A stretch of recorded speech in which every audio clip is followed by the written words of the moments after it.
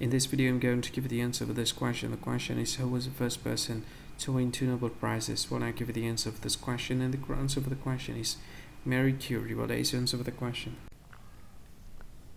Hi, thank you so much for watching this video. If you find this video is very useful, you can help this channel to grow by subscribing this channel. Please this subscribe button and don't forget to like this video.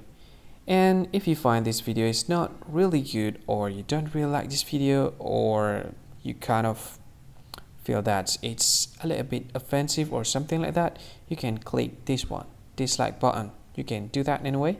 And if you want to share this video with your friend, you can share it by clicking this share button, and you can share it to any social media that you wish that is currently available at this time, like Facebook, Twitter, LinkedIn, and many others, right?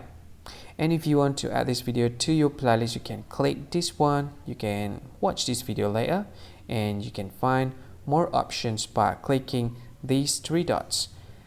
And yeah, don't forget to subscribe. I think that's all of it. Thank you so much for watching this video, and see you again in another video. Bye bye. See you again.